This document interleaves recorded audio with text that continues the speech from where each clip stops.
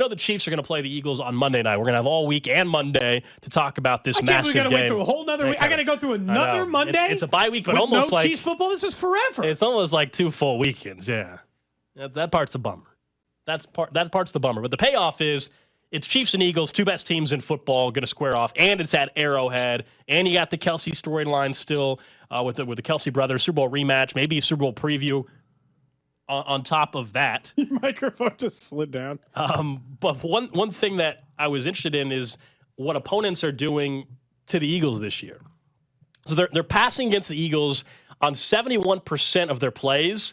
That's the highest percentage in the NFL by far. So the Jacksonville Jaguars, 66.5% of their opponents are passing against them. That's how far the gap is. That was the kind of stuff we were seeing teams do to the Chiefs. This notion that, man, you got to keep up with them, you got to keep going. Sure, you got to score. And I still think, like, for the Chiefs, though, I don't know if that's the formula. As good as the defensive front is for the Eagles, like, and we know the Chiefs want to pass, knowing their wide receiver issues, and as we've seen with this great Chiefs defense, the time of possession is actually important once again for them. I don't know if the Chiefs want to continue to lean into what other opponents are doing against the Eagles. Why not? I mean, of all the opponents in which they're going to have to, I mean, I guess here's the argument. They just played Miami, and they did not have to play keep up. I understand that portion of it. They didn't have to play keep up against them, right? So who cares, right? You don't have to do it the same way. And 71% is a crazy number. The Chiefs are still in the top 10 in opponent pass rate against them. So it's not that nobody passes against them. It's just that rate has come way back to normal. To me, when teams do start doing that, it's foolish to not at least entertain why teams are doing it. The only thing I would say is it working? And right now, the answer in beating the Eagles is no. It's not working. Everyone's losing to the Eagles. There's been a single win against them so far this year. So why would you, in that situation, go directly down a pathway that isn't working? The Eagles were 6-3, 5-4. If it seemed like they had found some edge on Philadelphia that didn't exist in a previous year, cool. Like with the Chiefs, right? Oh, wow, we're slowing them down defensively by playing this too high safety coverage that slows them down. Sure, do it. Is it working? The Eagles, the only argument is the Eagles defense is 21st, I think, in points per game allowed, or at least that's what it was last week.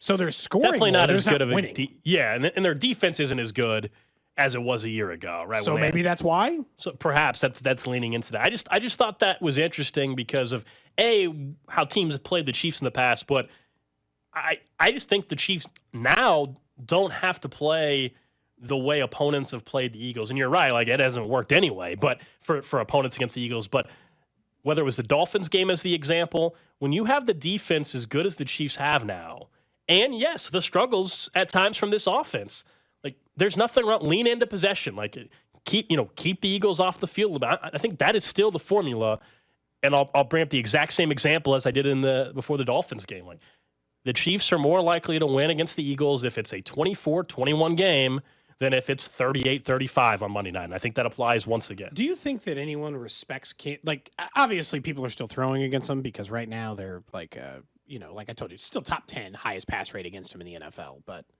do you think anyone respects Kansas City that way anymore? Like right now, do you think anyone treats it like, well, we better play keep? Does anyone talk about the Chiefs that way anymore? Because this year, I don't think they do. Not and I don't think they have to either, by the way, based on the way the offense has scored. Yeah, not that you have to get in a shootout with the Chiefs, but I'm sure they respect the fact that, hey, if Patrick Mahomes has the ball late in the game, they probably still believe, as they should, that Patrick Mahomes is capable of a game-winning drive. I mean, just because they've had offensive issues, I still don't think you want to leave 2 minutes on the clock, Mahomes down 3 in a crucial moment of the season of a football game. And I'm just looking across the league. I'm like, all right, what are the ones that they don't respect or the ones that we know are bad defenses? And honestly, it's not surprising.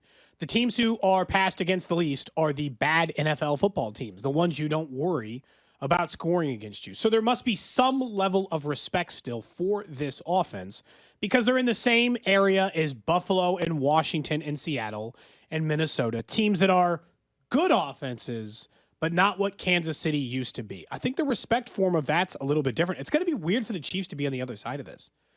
I do think, and we talked a little bit about this yesterday, and I can give you a stat tomorrow maybe that backs it up a little bit more, but this to me really comes down to situational more than it does, hey, pass the entire time. I do think against Philadelphia, because they are going to be motivated to beat you. They got a lot on the line just like you do. They can really secure their positioning as the number 1 seed in the NFC with this win, just like you can really help secure your positioning as the number 1 seed in the AFC, even though this is an NFC-AFC game. You've got to choose some moments to be more aggressive than you are. I told Drew yesterday, and I know you weren't a part of the show, but I told Drew and Pink yesterday, I think that's because of the defense.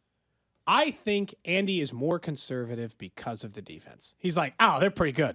So I was going to rein this in a little bit. Weird. So I don't expect him to go pass happy in this game. You're probably right. That's part of the equation, but also it's weird. You could also argue, though, when your defense is better, shouldn't you also be a little more aggressive? That might have been the exact same I said yesterday. Okay, yeah, I said, why don't you just go for some damn points? Your defense can stop them. Yes, I agree with you. There's an argument for that, but that's not how they're doing it. Right. In our world, sure. In their world, that's not how they're practicing it, which is why I don't think they'll just go pass heavy. I don't think that's the offense that they are in this game. I can't believe we're still a week away, 6 days away from this game. Not only, because you just talked about it, not only was it 2 Sundays ago, but it was a Sunday morning. So it feels like a lifetime ago that the Kansas City Chiefs played a football game. It's been like 11 days. And it could not feel like it's been a longer amount of time than that. Ready for this football back. Yeah, well, and it was enjoyable watching all the AFC teams. The good thing is, that we actually have good primetime games this week. So starting on Thursday, we'll talk more about it on Thursday, but Baltimore and Cincinnati is a great Thursday night game. Massive. Huge implications, too. I mean, you said on Monday, what the Eagles have on the line and the Chiefs have on the line. Like, if Baltimore loses to Cincinnati, let's just say, on Thursday night, which is definitely possible, all of a sudden, the Chiefs have an opportunity going into the Eagles game. They could really have wiggle room for the number 1 seed. Massive. Like, before they even play, they can know what, and it's good that's for them either way, by the way, because either it knocks Baltimore now 2 games, full games in the loss column from you. Great. Or it makes Cincinnati's playoff hopes look significantly more dire. So, I mean, either way, it's a win for you. Like, it's a win for Chiefs fans. Who do you think's better to win? I still, sorry, Drew, I think just bury the Bengals. I understand the Chiefs. You want the gap. That's usually my vibe. I would like Cincinnati to get buried by Baltimore on Thursday. Yeah, that was what I asked. That's kind of where I'm at. And you can help bury. The only argument for Baltimore, in my opinion, is you can help bury the Bengals later when you play them.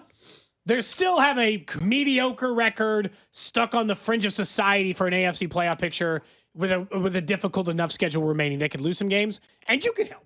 I just don't really think I want Cincinnati getting any kind of confidence. I kind of like the idea of, Ravens put them in their place. It goes back to what we were saying earlier, right? Keeping out good quarterbacks. Yeah, I mean, if same thing applies with the Bills last night. I mean, just if you, even though C.J. Stroud and yes, Kenny Pickett has the Steelers in the postseason picture right now, I still would rather play Pickett and C.J. Stroud than Joe Burrow and Josh Allen. I don't care how those teams are performing. Well, that was why. I asked Cody this yesterday. If you knew Gold going into Monday, obviously we're going to know how this resulted. But if you knew the Eagles were going to win the game on Monday, who are you rooting for on Thursday? Are you rooting for the Bengals to beat Baltimore to keep you in that 1 seed? If you know they win, then you really got to be rooting for Baltimore, don't you? Because you've still got the advantage. Yeah.